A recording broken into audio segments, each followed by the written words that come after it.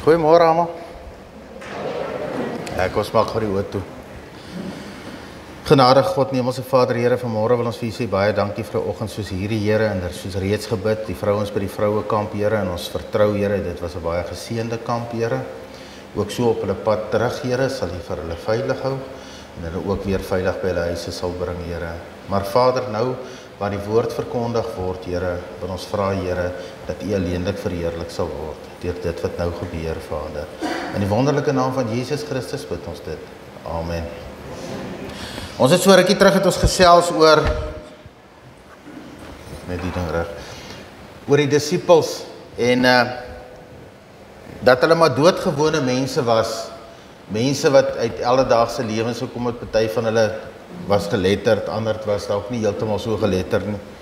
En maar doodgewone mense, en ek gaan vandag wil ons bietjie meer gesels oor een van hulle, en dit is Petrus. Ons wil net so 'n bietjie gesels. Petrus, soos ons weet, hy het uit 'n doodgewone huis uitgekom. Sy pa was 'n visserman, neem ons aan, want hulle het in 'n vissersdorpie gebly. So, sy pa moes elke oggend uitgaan, gaan visvang vir die voorraad wat hulle nodig het om self te gebruik en dan natuurlik ook te verkoop, né? Sy ma sou nou natuurlik die huishouding bedryf het, en as Petrus nou 'n bietjie groter geword het, dan sou hy ook vroeg in die oggend moes opstaan, voor die son uitkom. Dan moes hulle nou in die bootjie gespring het en dan uitgevaar het en gaan kyk het wat hulle kon gevang het vir die dag. En dan nou teruggebring het, meeste van die vis moes dan nou verwerk geword het. So daar was altyd werk gewees. En dan, jy weet, hulle moes in die koue en die hitte, die son en die wind. Jy weet, dit mos nie altyd so maklik op die see nie. Vandag sal die see dalk bietjie seepglad wees. Môre is hy bietjie rowwer en die wind en die waai en is nie so lekker daar op die water nie. Maar doen moes hulle gedoen het, want hulle maak maar soos wat ons vandag lewe ook. Jy weet, almal moet uitgaan en jy moet gaan verdien. Jy kan nie vandag los om nie te werk nie en môre dalk werk nie. So werk moes daar gewerk gewees het. So doodgewone familie soos wat elkeen van ons vandag het. Dan natuurlik 'n bietjie op die as daar 'n bietjie aftyd was, moes die bootjies geonderhou word en dan die visnette moes reggemaak geword het. So dit was 'n besige lewe wat die mense gehad het. Maar op 'n dag soos die waar hulle besig was om vis te vang, kom daar 'n man op die strand aangestap en hy sê vir Petrus en sy broer, kom, volg my. Ek gaan van julle vissers van mense maak. As ek nou moet dink ek, jy weet, dit is snaaks om te dink dat iemand wat hulle nie regtig ken nie, net by hulle aankom en sê, kom volg my.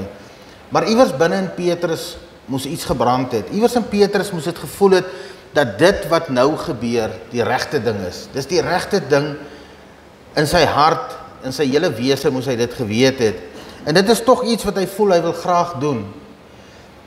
Nou, het hulle gaan sit en die som gemaak. Ek weet, pastoor Jaco is altyd baie lief om te sê, gaan maak die berekening. As jy jou lewe vir die Here gee, gaan sit en maak die berekening, dat jy weet waarna toe en wat jy jouself inlaat voor. Nou, miskien sou die vraag gewees het, wat se toekoms is daar saam met hierdie man? Sou Petrus dalk gevra het, waar gaan ek heen? Hy het nie idee nie. Waarvan gaan ek leef? Hy het nie idee nie. Hy weet hy gaan 'n visser van manne word, van mense word. Wat van dit wat hy agterlaat? Wat van daai goed? Hy's gewoond aan die lewe wat hy lewe. As die weer goor is, weet hulle wat om te doen op die water. As die wind teen hulle is, weet hulle wat om te doen. As hulle nie vis kry nie, het hulle 'n idee waartoe om volgende te gaan, om vis te kan kry. Vanaand as hy sy huise deursluit en na sy bed toe loop, weet hy waar hy gaan slaap. Maar dit was nie so, jy kon dit nie in die besluit gemaak het, toe die Here vir hom sê, volg my nie. Hy het nie geweet waartoe hy gaan nie. Nou dit gebeur ongelukkig vandag nog met baie van ons. Op 'n kol kom ons by die Here uit, en in jou binneste weet jy. Jy weet omdat jy weet, jy wil Jesus hê. En dan soos pastoor Jaco altyd sê, gaan maak die som. Moenie net inspring en hardloop nie. Moenie net inspring en vorentoe gaan maak die som, want daar gaan goed met jou gebeur. Daar gaan goed wees wat jy moet eenkant sit, en daar gaan nuwe dinge met jou gebeur. Dalk het ons nie die regte som gemaak nie. Dalk het ons nie daai berekening gemaak nie. En kort voor lank, terwyl ons op hierdie nuwe journey van ons stap met Jesus in ons hart, dan begin ons te verlang na die ou lewe. Verlang na die ou dinge, die lekker dinge, die dinge wat vir ons bekend was. En kort voor lank begin ons bietjies van dit terugvat. Bietjies begin ons dit weer te eien, want dit is iets waaraan ons gewoond is. En dankie tog, Petrus het dit nie gedoen nie. Dankie tog, Petrus het nie teruggedraai na sy ou lewe toe nie. Hy het vorentoe gegaan saam met Jesus, hierdie man wat hulle nou eers leer ken. Ons is so bevoorreg om die Bybel te hê en ons kan deur die Bybel vir Jesus ken. Maar hierdie mense het dit nie gehad nie. Iets in hulle het net geweet, dis die regte ding wat hulle doen. En dankie tog Petrus het vasgehou aan hierdie onsekerheid wat voor hom lê, maar omdat sy hart vir hom gesê het, dis die regte ding om te doen, het hy net vorentoe en vorentoe en vorentoe gegaan. Was Petrus die volmaakte disipel? Nee, definitief nie. Hy het ook maar sy foute gehad. Kom ons dink sommer gou aan Matteus 14, die aand op die boot. Toe die Here na hulle toe aangestap kom in die stormwater en die manne roei en die wind is sterk, kom Jesus aangestap en toe Petrus hom sien en die ander bang word en die Here sê dis hy, was Petrus die enigste een wat die geloof gehad het om uit die boot uit te klim. Die enigste een wat sy geloof sterk genoeg was om te kan sê, Here, ek kom. Ek kom, want U is daar, ek kom. En Petrus het natuurlik uit die boot uit geklim, maar soos baie van ons, begin ons ook met ons eerste geloofstap, met oortuiging. Dis wat ek gaan doen, dis wat die Here vir my wil hê. En wat met Petrus gebeur het, gebeur ongelukkig met ons ook. En ons vat daai eerste stap, en ons stap. Na 'n tyd begin ons die golwe te sien, en ons sien die wolke, en ons sien alles begin toe druk onder ons. Net soos Petrus, kom vrees en twyfel by ons op. Gelukkig het ons die voorbeeld van die Here se arm en sy hand wat uitgesteek is. En ons het die voorbeeld wat ons kan vat vandag. Petrus het geroep en die Here was daar. Nou sien ons klaar dat Petrus 'n bietjie 'n probleem gehad het. Hy het geloof gehad, maar hy het getwyfel as dinge nie begin lekker uitkom werk nie. Hy het vrees gehad, wat nog steeds in hom was.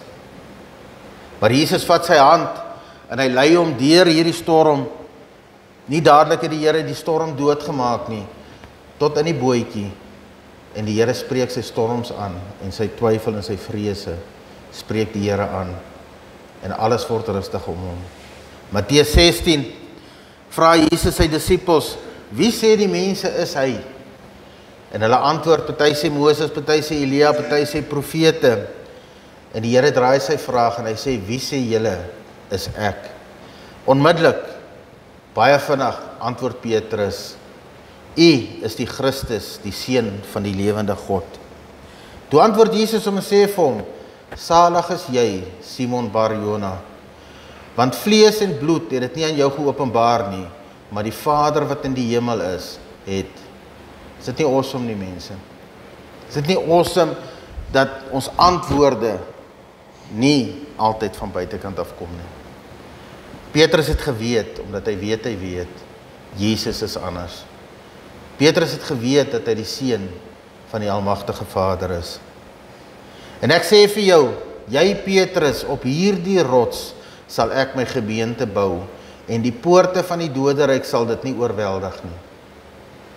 Daar kry Petrus sy missie. Net daar gee die Here vir hom, jy Petrus, gaan die rots wees. Na die rots kom die fondasie, na die fondasie kom die eerste laag stene, maar Petrus is die rots, dis hier waar het gaan begin. Wat 'n belofte. Maar nou lees ons net 'n paar verse verder. Vat Petrus vir Jesus eenkant. En hy berus by Jesus oor wat Jesus gesê het, toe hy gesê het, hy gaan Jerusalem toe. Hy gaan ly, en hy gaan gemartel word, en hy gaan op die einde van die dag sterf. En Petrus vat vir Jesus eenkant, en hy sê, hierdie ding gaan nie gebeur nie. Hulle sal dit nie toelaat nie. En ons sien dat Jesus sy rug op hom gedraai het, en vir hom weggestuur het. Hierdie is nou dieselfde man wat hierdie wonderlike boodskap gekry het en gesê het, Petrus, jy weet wat ander nie weet nie. Petrus, jy is die een wat die rots gaan wees. En hier kom Petrus, en hy wil nou sommer vir die Here voorskryf, en sê, Here, hierdie ding gaan nie gebeur nie. En dit is ongelukkig so, en in my eie lewe het al gebeur, wanneer ons 'n pad met die Here stap, partykeer wil ons vir die Here sê om dinge te doen. Partykeer wil ons gaan, en dan wil ons vir die Here sê, Here, ek dink, maak vir my hierdie deur oop, dan sal ek die. Here, vat vir my hierdie kant toe, dan sal ek die. Here, maak vir my gesond, dan sal ek die. Here, gee vir my daai salaris, dan sal ek hierdie. Daar was al mense gewees wat gekom het en gevra het om gebid te word, want hulle wil die lotto wen. Hulle sal nie 'n 10de nie, maar hulle gaan 'n 20ste van die lotto gee. Ongelukkig is dit so, mense. Partykeer dink ons kan die Here voorskryf. Partykeer kan ons vir die Here sê wat ons dink hy moet doen. En onmiddellik het die Here van Petrus af weggedraai en hy het vir Petrus gesê, gaan weg van my af. En hy noem dit nogal Satan. Lukas 22 leer die Here sy disippels van die nagmaal en hy was elkeen se voete daai selfe aand voor hy in hegtenis geneem word, gemartel word en gaan sterf op die kruis. Doen ons vandag voete was? Dis nie iets wat gesê word ons moet doen nie, maar dit was 'n voorbeeld wat die Here vir ons agtergelaat het. Wat beteken voete was? Hoekom sal ons dit nou doen? In die verlede, in die Bybelse tyd, was dit die gasheer gewees. Onthou daai, ons het nie toeskoene gedra, veldskoene soos ons, en 'n paar mooi tekkies nie. Hulle voete was oop, hulle sandale gedra. En die paaie was vol stof. As jy by iemand se huis ingekom het, was dit net baie oordentlik van die gasheer gewees, om een van sy slawe te roep, en hy sal jou voete gewas het, sodat jy met skoon voete aan tafel kan sit. Wat interessant was, wat ek nou gesien het, as ek bietjie navorsing gedoen het, dat die Joodse slawe dit glad nie gedoen het nie. Hulle het nie ander mense se voete gewas nie, dit moes ander slawe gewees het wat die voete gewas het. Nou, hier kom ons Here, 'n Jood, en hy buig voor sy disippels en hy was hulle voete. Is dit nie 'n voorbeeld van nederigheid en liefde nie? Mense, gaan ons dit iewers anders kry. Die koning van alle konings kom en hy buig voor, nie 11 van sy disippels nie, al 12, en hy was hulle voete. Hoekom sê ek nie 11 nie? Judas was ook daar. Die Here het geweet wat nou gaan gebeur as hulle hier opstaan. Judas gaan hom verraai. Maar ons Here gaan en hy buig voor Judas neer en hy was sy voete. Mense, is dit nie die toppunt van liefde nie? Na die nagmaal, Simon, het die Here gesê, let op, Satan het God ernstig gevra dat hy julle soos koring kan sif. Hoor julle wat hier gebeur? Satan het God ernstig gevra dat hy julle soos koring kan sif. So nie alles wat gebeur, mense, is altyd die duiwel se skuld nie. Partykeer is dit so, dat die Here sekere dinge in ons lewens toelaat. Hoekom? Dit is baie maklik om te sê, maar as daar 'n God is, hoekom gebeur die goed? Dis vir jou. Ons gaan swaar kry deurgaan om jou 'n beter Christen te maak. En ons sien dit, ons gaan dit nou sien in Petrus se lewe, dat swaar kry jou 'n baie beter mens maak, dat hartseer jou 'n baie beter Christen maak, want jy weet waar kom jou hoop vandaan. Jy weet as jy opkyk, waar gaan jou hulp vandaan kom. En hy sê, ek gaan dit weer lees, Simon het die Here gesê, let op, Satan het God ernstig gevra dat hy julle soos koring sal sif. En die Here sê nie, hy gaan dit stop nie. Maar ek het vir jou gebid, dat jou geloof nie jou moet begewe nie. As jy weer tot inkeer kom, moet jy jou medige gelowiges ondersteun. Petrus sê vir Jesus, Here, ek is gereed om saam met U die pad te loop, tot in die gevangenis en in die dood. Jesus het ernstig gereageer. Petrus, ek sê dit vir jou, 'n haan sal vanaand nie kraai voordat jy 3 maal ontken het dat jy my nie ken nie. En ek sal die sleutels van die koninkryk van die hemel gee, en wat jy ook al op hierdie aarde bind, sal in die hemel gebonde wees. En wat jy ook al op aarde ontbind, sal in die hemel ontbind wees. Daai aand op die Olyfberg in die tuin van Getsemane, kom hulle om Jesus te arresteer, en Petrus gryp sy swaard, want dit is tog wat hy gesê het hy gaan doen. Hy het gesê hy sal die Here volg tot in die dood toe, en ons doen dit ook. Hy pluk sy swaard uit, en hy kap die hoofpriester se slaaf se oor af, en ons weet wat dit sou beteken het, as jy in die slaaf van die hoofpriester gevat het, net daar, sou jy tereggestel gewees het, en dit is nie die Here se plan gewees nie. Ons weet dat die Here die oor herstel, en Petrus aanspreek, omdat hy sy swaard getrek het. Hier staan Petrus en kyk hoe hulle sy Here wegneem, en hy kan niks doen nie. Wat gebeur nou met Petrus? Net soos die ander gaan kruip hy in die skaduwee van die donker weg. En daar gebeur dit daai aand, toe die diensmeisie hom vra, maar is jy nie een van hulle nie? Ontken hy dat hy die Here geken het. En in die volgende uur of wat, doen hy dit 2 keer daarna. 3 keer ontken hy, net soos die Here gesê het, ontken hy Jesus Christus. En die aankraai, mense, dink julle hoe moes daai man gevoel het? Dink julle hoe moes daai man, toe daai haan kraai, hoe moes daai man binne in hom gevoel het? Hoe moes hy gevoel het, om te weet dat hy weet, hy het sy Here verloon, hy het hom verraai. Hoe vinnig is ons nie partykeer, om die Here te verloon nie? Ons wat die pad saam met die Here stap, miskien is dit net nie geleë nie. Miskien is dit nie nou die regte plek nie. Miskien gaan dit iets van ons vat hierso. Met die regte mense nie. Ons sien nou, die Here het nie gekeer. Die Here het nie 11 disippels se voete gewas nie. Hy het 12 disippels se voete gewas. Hierdie is nie die regte mense, wat ek nou in die Here kan voorstel nie. Ek moet nie die Here se naam hier noem nie. Want my werkgewer het vir my gesê, ons praat nie godsdiens hier nie. Ons kan nie die Here se naam hier noem nie. Ons sal nou lees Petrus se lewe. Hoe dink julle moes Petrus gevoel het toe die Here sterf aan daai kruis, en hy weet sy laaste woorde was, ek ken hom nie, ek weet nie wie hy is nie. Op 'n dag na Jesus se opstanding, het hy al reeds so 2 keer aan sy disippels verskyn.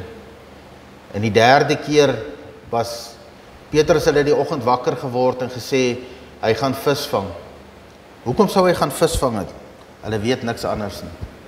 Hulle weet nie wat nou gebeur het nie. Ons het die Bybel en ons weet wat daarna gebeur het. Vir hulle was dit iets niets. Hulle het nie idee nie. Hulle gaan terug na dit wat hulle ken. Hulle kan nie net hier rond sit nie. En hulle gaan vis vang. 'n Paar van die ander gaan saam met hom. Op die strand is daar 'n man wat hulle roep en sê, bring julle vis. Kom eet saam met my. En daar's reeds 'n vuurtjie wat brand. Hulle sê Here vir hom, Petrus eintlik die Bybel vertel dat hy het net 'n reguit kort af antwoord gegee en gesê, hy is nie vis nie. En die Here sê vir hom, gooi jou net aan die ander kant in. Trek hulle uit, gooi hulle aan. En hulle doen so die, en ons ken die verhaal, die nette is so swaar, hulle kon dit nie uittrek nie. Hulle moes dit sleep. Net daar sê Johannes vir Petrus op die boot, hy sê, Petrus, dis die Here daai. En Petrus besef, dis Jesus. Wat vir my so interessant is, ek en 'n ander ou het so in die week gestaan en gesels, en klere drag in die kerk het, so 'n bietjie ons het oor dit gesels, hy het dit opgebring, en ek kon toe van die stuk onthou, is dit nie interessant hoe Petrus kaal bolyf op die boot gesit en vis vang het nie, maar toe hy weet dis sy Here, toe trek hy van behoorlik aan, en hy duik in die water en hy swem na Jesus toe. Net so ietsie vir tussenin. Na hulle geëet het, sê die Here vir Petrus die volgende. Toe hulle klaar ontbyt geëet het, vra Jesus vir Simon Petrus, Simon, seun van Johannes, het jy my lief meer as hulle? Petrus sê vir Jesus, ja Here, U weet dat ek U lief het. Jesus sê vir hom, gaan versorg my lammers. Jesus vra hom 'n tweede keer, Simon, seun van Johannes, het jy my lief? Ja, Here, U weet dat ek U lief het, antwoord Petrus. Jesus sê vir hom, wees 'n herder vir my skape. 'n derde keer vra Jesus om Simon, seun van Johannes, het jy my lief? Petrus het hartseer geword omdat Jesus hom 'n derde keer gevra het jy my lief? En hy het geantwoord, Here, U weet alles. U weet dat ek U lief het. Jesus sê vir hom, gaan en versorg my skape. 3 keer vra Jesus hom dieselfde vraag. 3 keer gee hy vir hom min of meer dieselfde opdrag. Elke keer wat die Here vir hom gevra het, Petrus, het jy my lief? Is vir die 3 keer wat hy die Here verloon het. Die 3 keer wat hy op daai aand die Here ontken het. Die Here wat alles sien, die Here wat jou hart sien, die Here wat weet wat die binnekant ingaan, wat nie een van ons weet nie.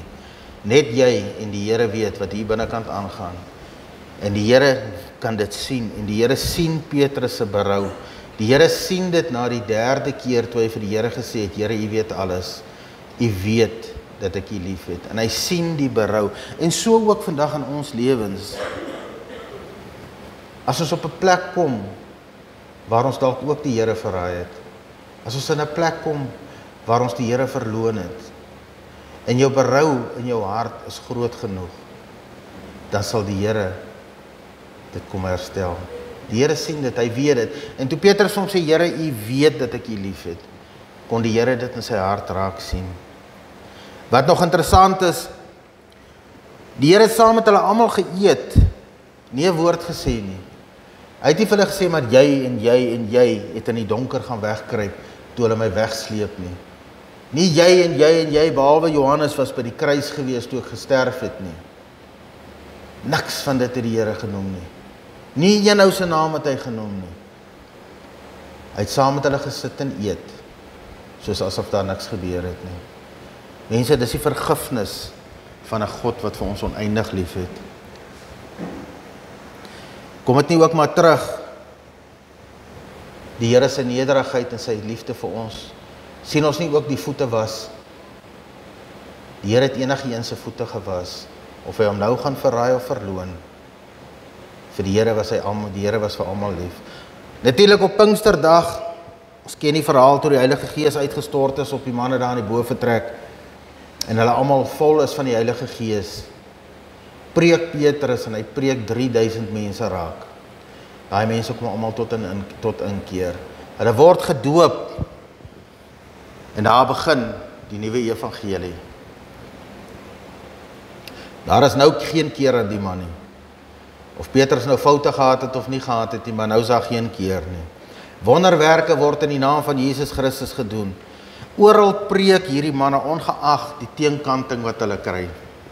Elke geleentheid gebruik hulle om die goeie nuus. Elke platform wat die Here vir hulle skep, gebruik hulle om die goeie nuus te vertel. Skielik word hulle gearresteer en in tronke gegooi. Die volgende dag word hulle voor die Joodse raad gebring. En hulle word gedreig om nie weer die naam van Jesus Christus te noem nie. Handelinge 4. Hulle roep toe die apostels weer in en beveel hulle om glad nie verder iets in die naam van Jesus Christus te verkondig en te leer nie. Petrus en Johannes het egter in reaksie vir hulle gesê, dink julle God wil hê dat ons eerder aan julle gehoorsaam moet wees of aan hom? Ons kan nie anders as om te praat oor die wonderlike dinge wat ons gesien en gehoor het nie. Die raad het hulle nog verder gedreig. Uiteindelik het hulle egter laat gaan, want hulle het nie geweet hoe om hulle te straf sonder om 'n volksopstand te veroorsaak nie. Almal was inderdaad besig om God te prys vir die wonderteken. 'n Man wat 40 jaar verlam was, is immers nou gesond gemaak. Hier praat ons van die man by die Mooipoort gelê het wat gebeur het, né? Toe hy vir Petrus vra vir geld, toe sê Petrus, sommer geld het ek nie om vir jou te gee nie, maar Jesus kan ek vir jou gee. En die man het opgestaan en geloop, né?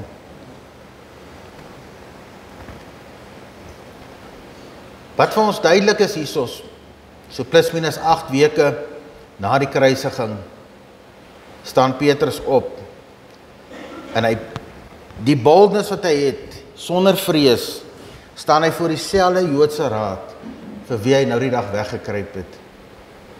Die rede hoekom hy die Here ontken het, want hy was bang vir hulle.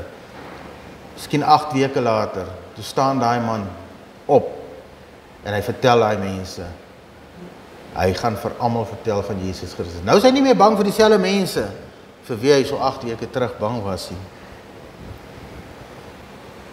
En dan nog 'n ding, Petrus en Johannes het die ander gelowiges toe gaan opsoek, en hulle saam gebid. Mense, ons as gelowiges moet saam bid. Dis iets wat ons ongelukkig in vandag se lewe nie meer so gereeld doen nie. Dat ons nie saamkom en saam bid nie. En dis hoekom ons kan die dinge sien rondom ons. Ons kan die dinge sien in ons eie land, in ons eie lewens, hoe dinge uit mekaar uitval. Handelinge 4. Dit is wat hier in hierdie stad gebeur het. Dis hulle gebed, né? Dit wat hier in hierdie stad gebeur het. Herodes, Pontius Pilatus, die goewerneur, en die ander volke, en ook die volk Israel, het saamgespan teen Jesus, u heilige dienaar, wat deur u toegerus is vir sy taak. Eintlik was alles wat hulle gedoen het volgens u beskikking en besluit. Hierdie mense het nou besef, né? En nou, Here, hoor hoe dreig hulle ons. Gee dat ons, u diensknegte, u woord met waagmoed sal verkondig. Hier lees ek nie dat hulle vra, Here, kom bou 'n muur van vuur om ons nie. Here, kom hou die duiwel en hierdie mense van ons af weg nie. Hulle gebruik nie daai woorde nie. Hulle sê, Here, gee dat ons die diensknegt, u woord met waagmoed sal verkondig. Whatever kom, Here, dat ons nie terugdeins nie. Wat immer kom, Here, dat ons die woord sal verkondig. Steek u hand uit en bewerk genesing, en laat daar tekens van wonders plaasvind deur die naam van die heilige dienaar Jesus. Na hierdie gebed het die gebou geskud, en hulle, waar hulle almal bymekaar was, en hulle het almal met die Heilige Gees vervul, en hulle het God se boodskap onverskrokke verkondig. Hierna was hulle weer meer en meer bymekaar gekom in die pilaargang van Salomo om te bid en mekaar bietjie moed in te praat. Daar's nou geen wegkruip nie. Hierdie ouens is nou bang vir niemand nie. Hulle kruip nie meer weg nie en hulle sal die Here nooit weer verloon nie. Wonders gebeur en baie mense kom tot 'n inkeer oor hierdie mense se dapperheid en hierdie mense se kennis wat die Here vir hulle gee van die woord. Handelinge 5, die hoofpriesters en sy ondersteuners, die Sadduseërs, ons weet die Sadduseërs, hulle het glad nie geglo in die opstanding nie, glad nie. Jy moes nie vir hulle so iets vertel het nie, dan het hulle definitief nie van jou gehou nie. Die hoofpriesters en sy ondersteuners, die Sadduseërs, word toe jaloers en besluit om iets aan die saak te doen. Hulle het die apostels gearresteer en in die publieke tronk gestop. Maar die engel van die Here het in die nag die tronkdeure oopgemaak en hulle uitgelei en vir hulle gesê: gaan tempel toe en verkondig aan die volk die volle boodskap van hierdie nuwe manier van lewe. Hulle het geluister en met dagbreek tempel toe gegaan en met die mense begin onderrig. Toe die hoofpriesters en sy amptenare 'n sitting vir die Joodse raad en die leiers van die Israel belê, hulle het die apostels vir die verhoor van die tronk af laat haal. Maar toe die tempelwag by die tronk kom, was die apostels weg. Hulle het kom rapporteer: ons het die tronk toegesluit en ten volle beveilig gekry. Die bewaarders was buite op hulle pos. Toe ons egter die tronkdeure oopmaak, was daar niemand daar binne nie. Toe die bevelvoerder van die tempelwag en die priesterhowe hierdie verslag hoor, het hulle verstom gestaan en hulle het gewonder wat aangaan. Net toe kom daar iemand wat vir hulle sê: weet julle, die mans vir wie julle in die tronk gesit het, staan in die tempel en onderrig mense. Nou mense, as ek daarom nou 'n tweede keer gearresteer was vir dit en ek het 'n gap gekry om uit te kom, dan gaan jy 'n stofstreep gesien het. Nie hierdie ouens nie. Daar's werk om te doen. Sien julle waar sit hierdie ouens se geloof? Sien julle waar sit hierdie ouens se vertroue? Nou net uit die tronk uitgekom. Die bevelvoerders het toe saam met die tempelwagte die apostels gaan arresteer. Hulle het nie geweld gebruik nie, want hulle was bang die mense steek hulle onder klippe. Hulle het hulle voor die raad gebring en die hoofpriesters het vir hulle begin ondervra. Het ons julle nie belet om weer die mense in hierdie naam te onderrig nie? En nou lê die hele Jerusalem vol van julle leer oor Jesus. Boonop wil julle ook nog die verantwoordelikheid van sy dood op ons nou sit? Petrus en die ander apostel het in 'n reaksie hierop gesê, ons moet eerder aan God gehoorsaam wees as aan die mens. Die God van julle voorouers het Jesus uit die dood opgewek, nadat hulle hom vermoor het en deur hom te kruisig. God het hom verhoog tot die leier en verlosser in die regterhandposisie reg langs hom. Hy het dit gedoen om Israel tot inkeer te bring, sodat hulle vergifnis van hulle sondes kan ontvang. Ons is getuie hiervan, ons en die Heilige Gees wat God gee, het aan die wat aan hom behoort. Kort hierna het die kerk nou begin, en Stefanus is aangestel om bietjie te help met sekere dinge binne in die kerk. En ons weet ook Stefanus was die eerste ene wat vir die Christen geloof gesterf het. En dit is baie interessant, julle kan in Handelinge sy geskiedenis gaan lees, of sy verhoor gaan lees tot waar hy gesterf het. En hoe hy nie een keer vir 'n oomblik ingegee het nie. Hy het gepraat wat hy praat, en dit het hom sy lewe gekos, maar hy was okay daarmee. En wat interessant was, hy gaan dit sommer net gou insit, Saulus, sê die Bybel was daar gewees as getuie. Nou ons weet Saulus het naderhand Paulus geword. Paulus het nie geweet wat hy daar maak nie. Paulus het nie geweet wat van sy lewe voorlê nie. Maar Paulus was daar, en die Here het geweet wat hy met Paulus gaan doen. Die vervolging van die kerk het natuurlik begin daarna, en dit het natuurlik heeltemal die teenoorgestelde uitwerking gehad, as wat die Judeërs en wat die priesterhoofde wou gehad het. Dit was presies die teenoorgestelde. Hulle wou dit stop, maar as gevolg van die vervolging het die evangelie net uitgesprei in alle rigtings, en hulle kon dit nie beheer nie. Petrus was nou heeltemal gewax. Hy het nou geweet wat is sy bediening, en baie van ons sit vandag hier, en ons is oortuig die Here het vir ons hierdie bediening gegee. Dis wat ons gaan doen. Nee, die Here was nie klaar met hom nie. Hy het gegaan en hy het hierdie boodskap aan elke Jood verkondig, en die Here gee vir hom 'n visioen. Hy sê nee, jy gaan hierdie boodskap aan die nie Jode, die ongelowiges, die heidene, jy gaan hierdie boodskap verkondig. En Petrus sal eers sê nee, hy doen nie hierdie goed nie. En die Here sê vir hom, dis waarvoor jy gekies is. Sien ons net die voete was hier, so nie mense. Jy kan nie kies waar jy die woord van die Here vat nie. Jy kan nie kies vir watter ras en taal jy die woord van die Here gaan gee nie. As die Here vir jou gesê het, jy gaan dit doen soos hy dit met Petrus gedoen het, en hoe hy dit met Paulus gedoen het. Paulus, ook 'n Jood, het vir al die heidense nasies die woord van die Here gevat. En Petrus het ingestem, of hy het nie eintlik 'n keuse gehad nie. Hy het aan tafel gaan sit, by mense by wie hulle nie eens verby sou geloop het en gegroet het nie. En hy het die evangelie aan hulle gaan verkondig, en mense tot inkeer gekom. Handelinge 12, in die tyd van die koning Herodes, in die tyd van koning Herodes, party van die wat aan die kerk behoort het hy laat arresteer en mishandel. Hy het ook Jakobus, die broer van Johannes, met 'n swaard vermoor. Nou wat interessant is, Jakobus, een van die eerste apostels, of die eerste apostel wat gesterf het, min of meer so 10 jaar na die Here se, of na die Pinksterdag. Partykeer sit ons en ons wonder, hoekom het die Here net een reeltjie vir Jakobus ingesit? Maar vir Stefanus is daar 'n hele hoofstuk, en so aan, en Petrus het 2 boeke geskryf.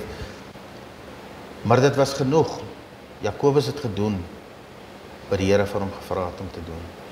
Nou weet ons, Jakobus is nou dood met die swaard, en Herodes sien toe dat dit die Jode bygeval het, en hy het nog verder gegaan, deur ook vir Petrus tydens die fees van ongesuurde brode te laat arresteer. Hy het hom in die tronk gesit met 4 afdelings van 4 soldate elk, 16, laat bewaak, sodat hy hom net na die Paasfees sou hy hom in die openbaar verhoor het. So is Petrus dan in die tronk bewaar. Die kerk het aanhoudend vir God gebid. Daai nag voordat Herodes hom, daai nag voor Herodes hom in die openbaar sou verhoor, het Petrus tussen 2 soldate geslaap, terwyl hy met kettinge vasgeboei was, en die ander wagter die tronk deur bewaak. As ons so na Petrus se lewe kyk, dan sien ons, kyk man, die man het slaap, hy het van slaap gehou. Slaap was vir hom lekker. Ons onthou, toe die Here verheerlik was met Moses en die Elia op die berg, was Petrus ook een van die manne wat lekker geslaap het. En toe hy nou wakker skrik, toe wil hy nou hitte bou en allerhande goed doen. Die aand in die tuin van Getsemane, sukkel ek met die ene. Ook daai aand moes hy bid. Die Here het vir hom gesê, bid en waak, dat jy nie in die versoeking kom nie. Lekker het ou Petrus geslaap. So die man was lief vir slaap. Slaap het hom nie baie geplan nie. Maar as ek dood eerlik vir jou vandag sê, as ek weet, Jakobus is nou net vermoor, en ek weet, Herodes gaan 'n voorbeeld van my maak, in die openbaar, gaan ek my laaste aand slaap nie. Hoeveel vertroue het hierdie man gehad in Jesus om te kan sê, weet jy wat, whatever gebeur, ek gaan hier wakker sit en worry nie. En die man slaap. Dit kos die engel om hom te stamp, om hom wakker te maak, en vir hom te sê, staan gou op, en die boeie het van sy polse afgeval. Toe sê die engel vir hom, maak vas jou beld en trek aan jou sandale, want hier het Petrus teen gestaan, hy weet nie wat gaat aan nie. Hy het so gemaak en daarna sê die engel vir hom, trek jou bootkleed aan en kom agter my aan. Petrus het hom in die sel gevolg en hy het besef dat dit die optrede van die engel werklik moes gewees het. Of nie gewees, of skus, hy het nie besef dat die optrede van die engel werklik was nie, maar het gedink hy sien 'n gesig. Hulle het by die eerste wag verbygestap en ook by die tweede, en toe hulle by die uisterhekke kom wat na die stad toe lei, het dit van self oopgegaan. Hulle het buitekant toe gegaan en die end in die straat afgestap, toe die engel vir Petrus skielik verlaat. Uiteindelik dring hy tot Petrus deur wat met hom gebeur het, en hy sê vir homself, nou besef ek eers regtig dat die Here sy engel gestuur het om my die mag van Herodes te red en al die kwaad wat die Jode my wou aandoen. Petrus is 'n gewone mens soos ek en jy. Met die Heilige Gees kom die man sy lewe en hy verander. Maar sy lewe begin by die dag toe die Here vir hom sê, kom saam. En hy het sy hand opgesteek en gesê, Here, ek kom. Was hy volmaak? Hy was definitief gewillig en dapper. Hy het gedoen wat sy hart vir hom gesê het om te doen. Maar hy kon nooit sy vrees en sy onsekerheid afskud nie. Dit was nog altyd deel van sy lewe. Maar sy liefde vir Jesus was so sterk geweest, dat hy dit elke keer teruggegaan het na die Here toe. Elke keer, elke fout wat hy gemaak het hy teruggegaan na die Here toe, en gesê, Here, ek is so jammer. En weet jy wat, die Here se geduld en genade met hom, het pad saam met daai man gestap, in alles wat hy gedoen het. Dit het hom die rots gemaak. Sou ek en jy daai man gekies het, of sou ons een van die ander apostels gekies het om dit te doen? Die Here het hom gekies om die rots te wees vir die kerk wat gebou is. Na Petrus se lewe verander het, toe hy hierdie dapper ou geword het en vele male in die tronk beland het en amper gesterf het, was sy lewe nog steeds volmaak? Nee, dit was nie. Galasiërs 2 lees ons waar Paulus op die einde van die dag om onder oë moes gaan vat het en vir hom gesê het, hy is besig om verkeerd te doen. So al stap ons die pad hoe? Al stap Petrus die pad hoe? Was hy nie altyd reg nie. Paulus moes na hom toe kom en vir hom sê, luister, en ek gaan nie vir julle sê wat daar gebeur het nie. Galasiërs 2, né? Is nou nie baie vrouens hier wat dit moet neerskryf, maar julle gaan dit bietjie huiswerk doen, né? Julle gaan dit self lees. Okay. Maar dit het gekos vir Paulus om na Petrus toe te gaan en vir hom te sê, pas op wat jy besig is om te doen. Kyk wat jy besig is om te doen. En die optrede van Petrus het ongelukkig 'n paar gelowiges ook saam met hom gevat. Goeie mense. Maar Paulus het nader gekom, om in sy oë gekyk en vir hom gesê, en dinge het verander. En Petrus kon bieg, en Petrus kon sy lewe weer in lyn kry met dit wat die Here wou gehad het. Galasiërs 2, huiswerk, né? Volgende Sondag gaan ons vra. Ek wil eindig met Johannes 16. Ek sê hierdie dinge vir julle sodat julle in my, Jesus, né, rus kan vind. In hierdie wêreld gaan julle swaar kry beleef, maar skep moed. Ek het hierdie wêreld reeds oorwin. Mense, ons lewens is nie aldag maklik nie. Dit gaan nie altyd net voor die wind nie. Daar is storms, daar is winde, daar is hoë golwe. Hierdie goed gebeur en ons sien dit in Petrus se lewe, maar hierdie man se hart was reg. Jy gaan nie altyd alles reg doen nie. Maar daai man se hart was 'n hart was gewees het wat gesê het, Here, ek het U lief. Here, ek het U lief, ek het U so lief. En die Here het gekom en het dit uitgevee. En Petrus het aangegaan. En selfs in die tyd toe hy vol van die Heilige Gees was, het hy ook fout gemaak. En een van sy ander mede-apostels, eintlik een wat veronderstel was om minder te wees as hy, want hy het eers later bygekom, kom na hom toe en sê vir hom, kyk, pas op. En hy het reggemaak. En Petrus het tot die dag dat hy gesterf het, min of meer praat hulle van so 65 daar rond, ons kan nie altyd so seker wees daaroor nie, het daai man die pad gestap en hy het siele na die Here toe gebring. 'n doodgewone visserman. 'n man wat niks geweet het nie.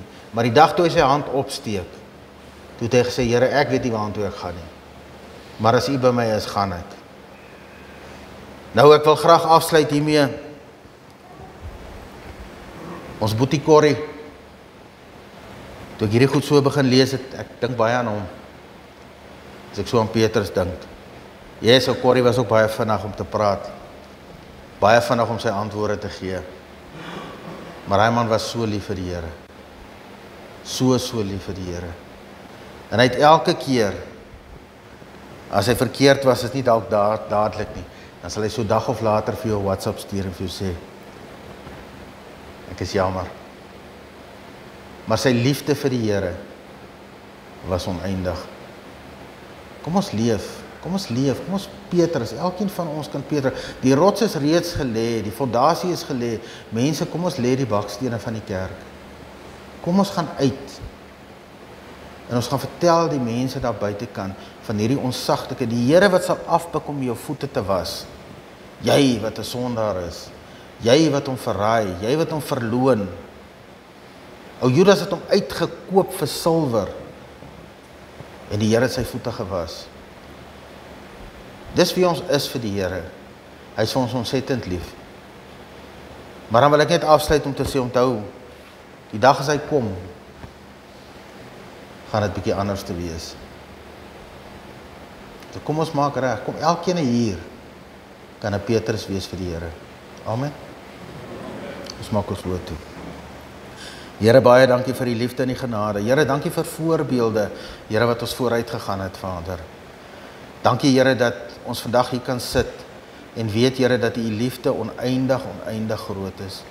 Here, dat U bereid was om sondaars soos ons af te buk en ons voete te was.